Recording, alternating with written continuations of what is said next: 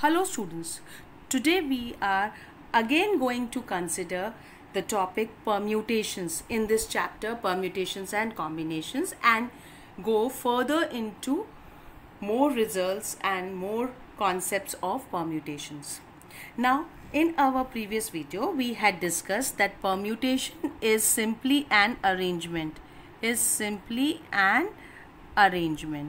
and what kind of arrangement? In a definite order. This is very important. So arrangement in a definite order of what? Of a certain number of objects, of a certain number of objects, taken some which we denote by R, or all which we take as N at a time, and it is denoted by NPR. Then we had also seen that permutation can be dealt with in two manners or under two headings. Okay, so permutations can be taken as under two headings when all objects which are given to us are distinct, and the other one is when not all are distinct, not all objects are distinct. Now in this case, when all objects are distinct, there could be two possibilities, that when the repetition is not allowed and when repetition is allowed. And in the previous video we had taken the case when the repetition, the first case, that is when all objects are distinct and repetition is not allowed. And so the first case is permutations when all objects are distinct and repetition is not allowed. Now in this case we had seen the permutation NPR is given by the formula, and it's a very important result which we will be using repeatedly for all questions. The formula is NPR is equal to n factorial over n minus r factorial, where r can lie anywhere between 0 and n, including n. And towards the course of derivation of this result, we have seen that we can even extend it to including 0 also. Okay, now this was the first thing, when there was no repetition. Now same way, now the next result is when the repetition is allowed. Then so we will take that case in under theorem 2. So the number of permutations of n different objects taken are at a time. The same case as we had taken earlier, but here repetition is allowed, where repetition is allowed is n raised power of r. Let's see how. Now here proof. Now we are given n objects and there are r places to be filled up. So these are r places to be filled up. So first place, so going exactly in the same manner as earlier, there are r places to be filled up with n objects. So second, third, and so we get r minus 1th place and then the rth place. Now here the number of options available to fill up the first place is n, no matter what we have filled up with. That also is available to the second one, since the repetition is allowed. So again n is possible, then again all n are allowed or available to fill up the third position. Same way the r minus 1th position and then the rth position. So therefore the permutations are n into n into n going in this manner. This is r times you are multiplying, and so therefore you write NPR is equal to n raised power of r in this case, because n gets multiplied r times. Now let's consider the next case, that is the second case, where now the second case when permutations of n objects, now when not all are distinct, when not all are distinct. Now here we will take up, so not all are distinct. So what do we do in this case? That some may be, what is the meaning of not all are distinct? Some may be distinct, but some of them are not distinct. Like for example, if you take the letters of the word root, two of the alphabets are repeated, like O is getting repeated, where we do have some distinct objects also, which are R and T. So if you take it as O1 and O2, and suppose we are taking both the O's as distinct objects, then the number of permutations will be, so permutations will be what? 4 factorial, because NPN we are taking is 4P4, which is n factorial, which is 4 factorial here.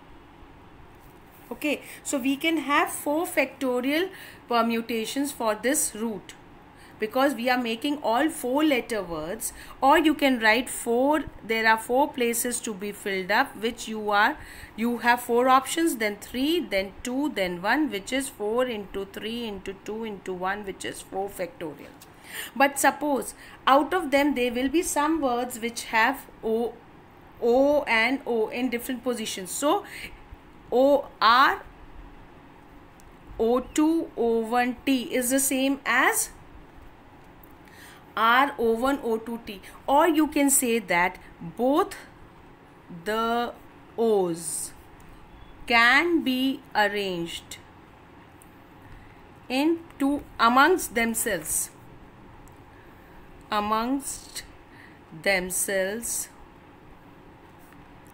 in 2 factorial ways. And so 2 factorial words or arrangements out of these 4 factorial arrangements would be identical. Therefore, number of distinct permutations which are possible will be equal to 4 factorial are the total number of permutations upon the 4 factorial upon 2 factorial, which are the repeated or identical permutations. Okay, so we can extend. Similarly, if you have a word which has 3 alphabets which are repeated, then 3 factorial words would be identical, so we'll have to divide by 3 factorial. So proceeding in this manner, we come to a very important result which we call theorem 3, or which we study under theorem 3, and which says that the number of permutations of n objects where P are of same kind. P objects are of same kind, and the rest are all different is n factorial over p factorial. Means the total number of permutations upon the number of alphabets which, or number of objects which are repeated or identical. So factorial of that has to be you have to divide the total number by the factorial of the repeated number of objects. Okay, in fact you can extend it to more objects which are repeated. That is, the number of, same way, the number of permutations of n objects where p1 objects are of one kind, p2 are of another kind, and going in this manner, pn are of yet another kind, is and rest all, if any, are distinct or different, is given by, you first find the total number of permutations, which is n factorial, and then we keep on dividing it by the the factorial of the repeated articles, that is p1 factorial, p2 factorial, and going in this manner, pn, sorry, we should take it as pk, because this n and this k and this n are different, so pk, so pk factorial. This is the answer. So let's quickly take some example to make this thing more clear. So let's start with example 9. It says find the number of permutations of the letters of the word Allahabad. So we have to find, so first of all we will write the spelling of the word in capital letters, so that there is no confusion as to which all alphabets are getting repeated and the spelling is written correctly. Allahabad. Then we see that A is getting repeated 4 times. Then you can just mark it here to just identify the repeated objects. And we are marking all the a particular category of objects which are repeated in a particular manner. So all the A's I am marking with a tick mark, all the L's I am marking with a cross mark, and the rest all, that is H, B and D, are identical, are distinct. So we can, if you want, you let it be like this, or if you want, you can write all the identical ones together. A gets repeated 4 times. Then we have L, which gets repeated twice, and then we are left with H, B and D. Now what we have is, you have to first cross check whether you have considered all or not. So 1, 2, 3, 4, 5, 6, 7, 8, 9. 1, 2, 3, 4, 5, 6, 7, 8, 9. So we have taken down all the objects given to us, or alphabets given to us. Now we have to find all possible permutations, means we have to find 9 letter words. So all permutations of these letters is equal to what? Now there are 9 alphabets given to us, so 9 factorial upon A is getting repeated 4 times, so 4 factorial into L is getting repeated 2 times, so 2 factorial, and the remaining 3 alphabets are unique. So if you want, you can write 1 factorial, 1 factorial, 1 factorial, or simply let it be. So this is the answer, total number of permutations is this. You can solve it and get the answer, get the required answer, or you can write 9 into 8 into 7 into 6 into 5 into 4 factorial over 4 factorial into 2 factorial. This straight away gets cancelled, and 2 gets cancelled with any one of them. So we can, let's say we cancel it with this and it becomes 4, and then you simply solve them, solve this product and get the answer. Now same way, if we have, suppose we are given the word institute, okay, and we are required to find the various arrangements or permutations of the letters of the word institute. So let's start identifying the repeated alphabets first. 1, 2, so I gets repeated twice, then N there is no repetition, S there is no repetition, then we start with T 1, 2, 3 times, and then we come to U there is no repetition, and E there is no repetition. So if you want, you directly write, or if you want, you can just put them together. So I and I comes together, then T comes 3 times, then we come to N and S, and then we come to U and E. So let's count to recheck whether we have taken down all. 1 2 3 4 5 6 7 8 9, and here 1 2 3 4 5 6 7 8 9. So we have taken down all. So now what do we write? Number of permutations possible is equal to, it's a 9-letter word, so 9 factorial whole upon, now I gets repeated twice, so 2 factorial into T gets repeated thrice, that is 3 factorial, which can be easily solved. Now again another example can be taken, like suppose you have the word school, letters of the word school.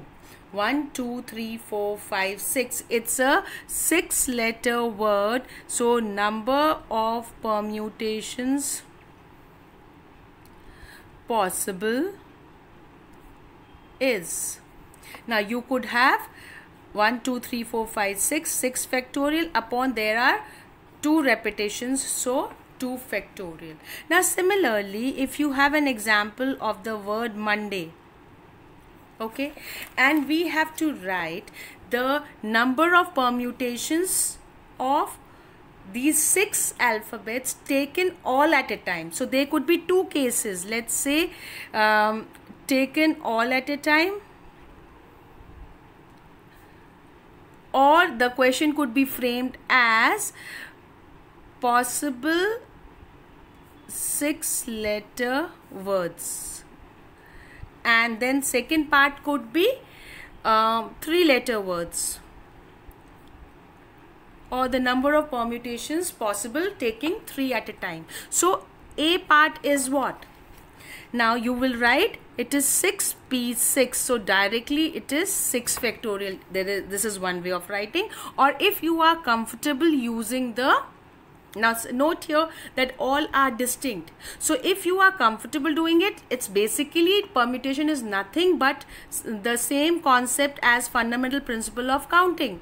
So you could just write there are 6 places to be filled up, 1 2 3 4 5 6, and all we are making 6-letter words. So there are 6 options here, since the repetition is not allowed.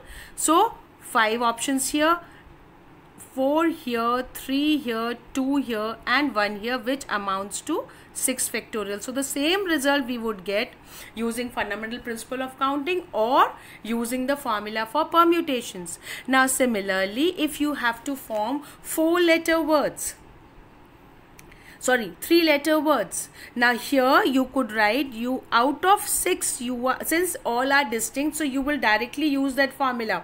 So, and the question suppose says that repetition not allowed, repetition not allowed. So in this case, the number of 3-letter words which can be formed would be 6p3, that is 6 factorial over 6 minus 3 factorial, which is 6 factorial over 3 factorial, which is 6 into 5 into 4 into 3 factorial over 3 factorial, which comes out to be 20 into 6, which is 120. The same result would have been found out if there are 3, you had used fundamental principle of counting, that is 3 places to be filled up. Number of options in the first place is 6, 1 is used up, only 5 is left to fill up the second position, 2 are used up, only 4 are free to occupy the third position, and so the number of permutations possible is, or arrangements possible is 6 into 5 into 4, which is the same result as this, which gives you 120. Same way you could do questions related to numbers also. Suppose you are making, out of these you have to make 3-digit numbers, so you are choosing, so 3-digit numbers, you are choosing 3 out of 5, so 5p3, which is 5 factorial over 3 factorial, which is equal to 5 into 4 into 3 factorial, no, 5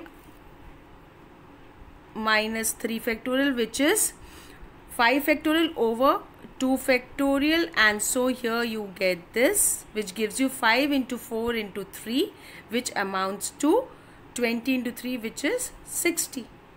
Now suppose there was a repetition, like suppose we were given 1, 1, 2, 3, 4, 4, 4, 5, and from here we had to make all possible numbers 1, 2, 3, 4, 5, 6, 7, 8 8-digit numbers. So what we'll do, we can just write 8 digits can be arranged in 8 factorial manner, and since there are repetitions, so 1 is getting repeated twice, then 4 is getting repeated 3 times, so you get upon 3 factorial. So same way this number problems can be dealt with the same manner as the word problems. Okay, so this way you can try out more questions of the same kind and also try out exercise 7.3. Thank you.